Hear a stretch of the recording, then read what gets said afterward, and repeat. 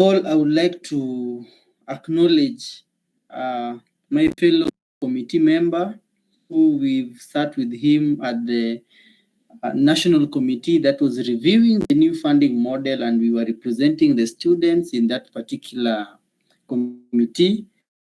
That is Mr. Ezekiel Felix, that is the president of Daystar University. Okay, so about the new funding model, at some point last year it was an outcry in the country that it was discriminatory, and it was going to deny very many students an opportunity to join higher learning institutions, especially those from the lower or the basic backgrounds.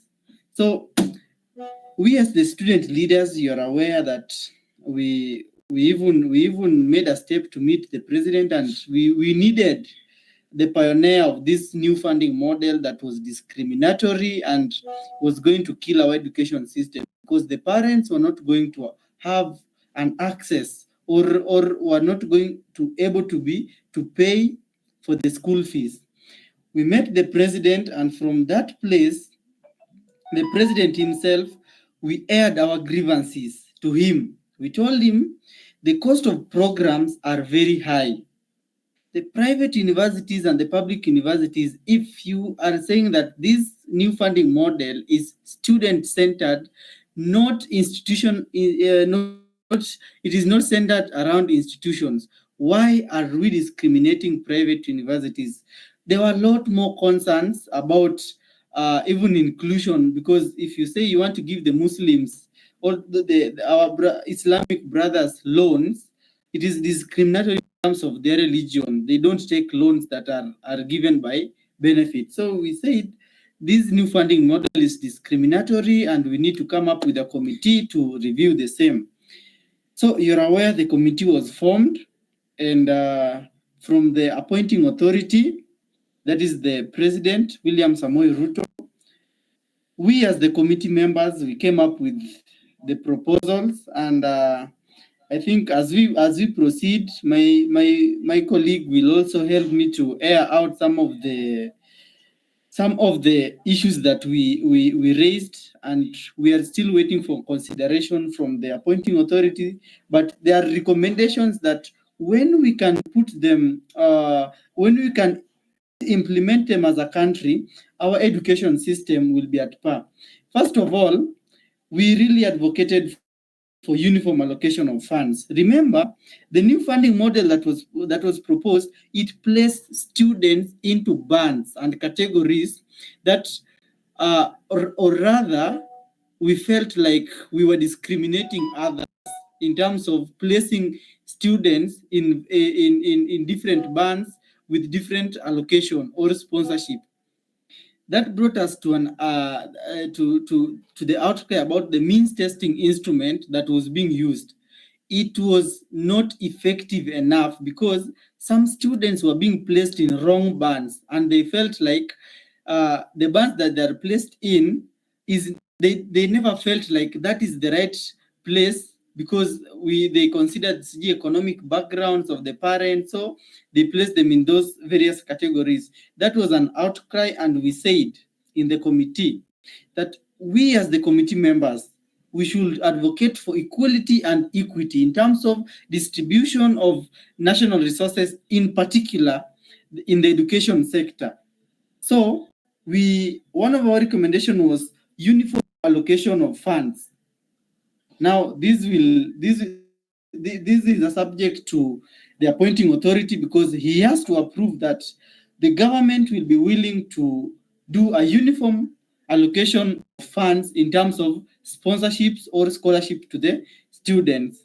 That is something that is good because it promotes equality. Everyone is a Kenyan, and they have every Kenyan citizen have a right to quality access to education. Another thing was about the cost of programs, and let me tell you, my fellow colleagues and Mheshimiwa Babu Owino, that the cost of programs were very high in the new funding model. We had a stream that was only allocated this duty to ensure they review the cost of programs in both in that were placed in the new funding model. And the good news is the committee came up with a recommendation that the cost of programs, according to how they looked at the data, they come up with the recommendation that they will reduce the cost of programs with 23%. What does this mean? That cost of program that was bringing issues that we can't afford this because the fee is too high, it will reduce by 23%. So fellow members, you can if you can get to look, if someone was paying 200,000 per semester or 150, you can get to look at and calculate how much this person will be paying even in a semester. And that is also a subject to discussion on, will the parents really afford these or pay these fees in terms of the backgrounds they're coming from. Another thing that we proposed, because I also want to give chance to other people to also say something, is about issues to do with governance in our institution. The university institutions have experienced a widespread corruption, and especially, for example, Moi. What is killing our universities? Corruption. The leadership in these various universities, they budget for corruption. So we proposed changes in the governance structures of in our various universities. And let me just say one about representation of parents in the university councils. This will enhance accountability, transparency in terms of utilization of these funds that are that the institutions are mandated to be using or budgeting for. So that is my take on the new funding model, and it is a subject to discussion because the appointing authority, as we all know, Mheshimiwa Honorable Daktari William Samoei Ruto. You know the kind of government in Kenya right now. We can come with all these good recommendations, but at the end of the day, they will nullify them off.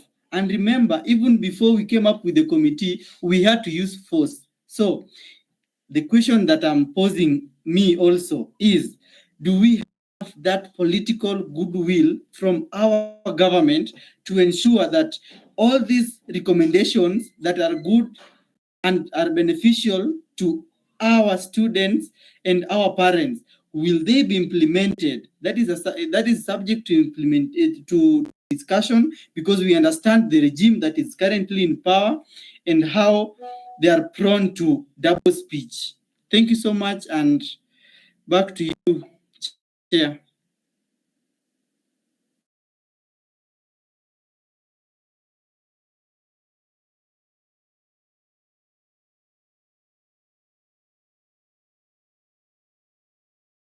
Back to you. Back to you again.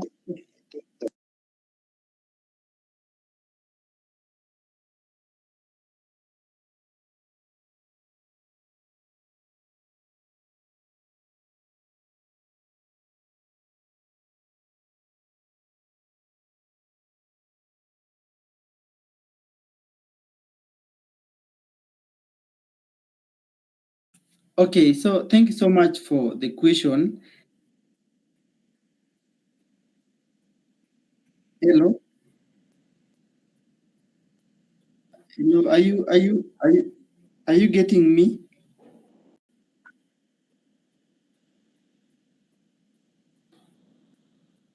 Hello. Okay, so the way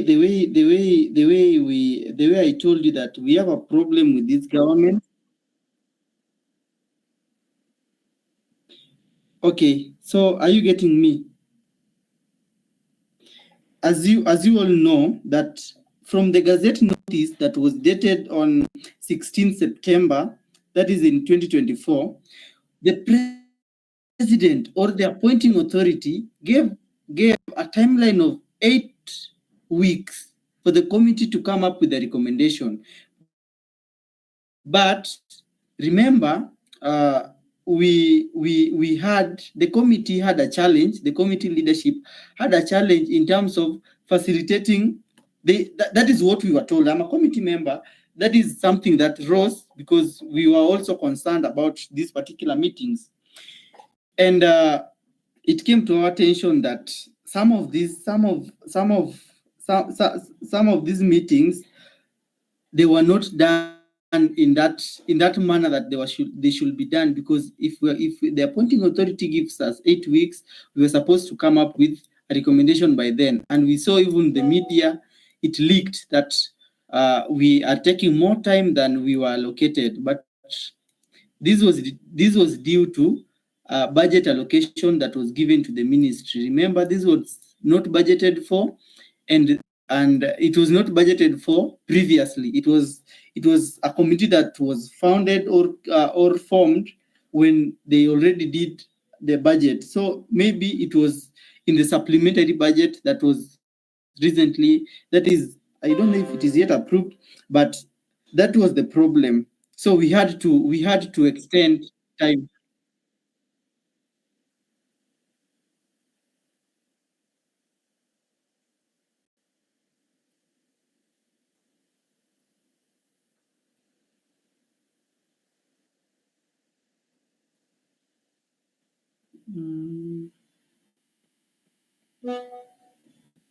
The committee was formed. The committee was the Gazette notice was released on September, and we had until November to give the report. That is what I know.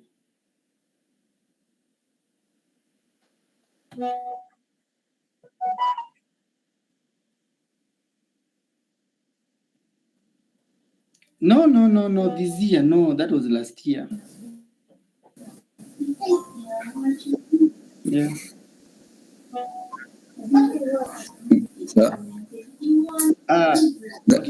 Sorry, guys. Can I make my contribution, because I'm supposed to join another meeting shortly? If you allow, please.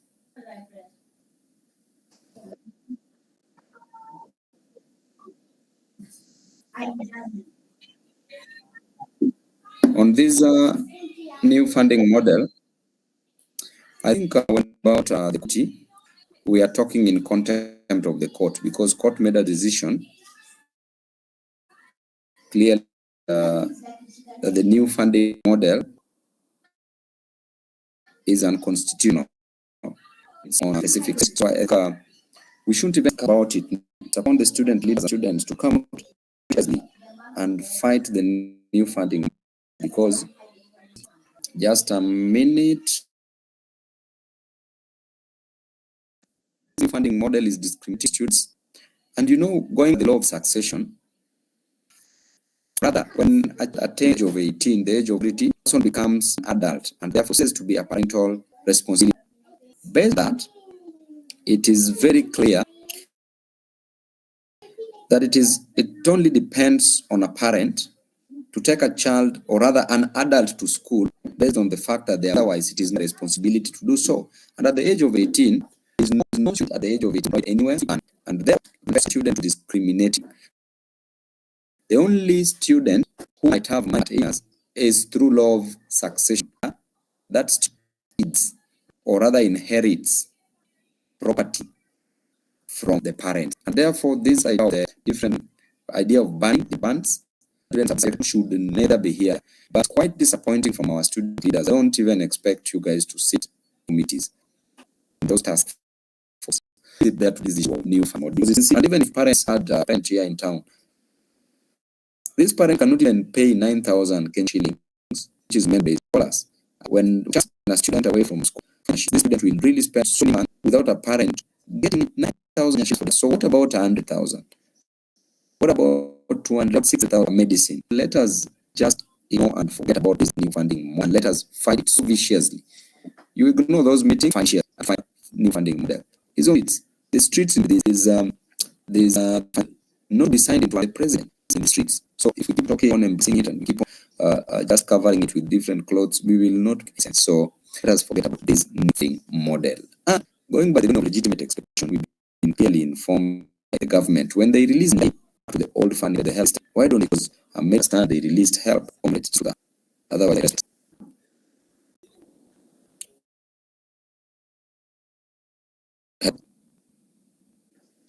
hello, who is moderating, please?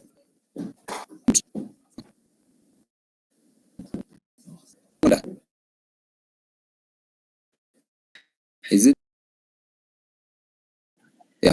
But we were going to the next thing about the issue to do with, because you're attending a certain meeting in a few months in the education sector. So we also recognize that the education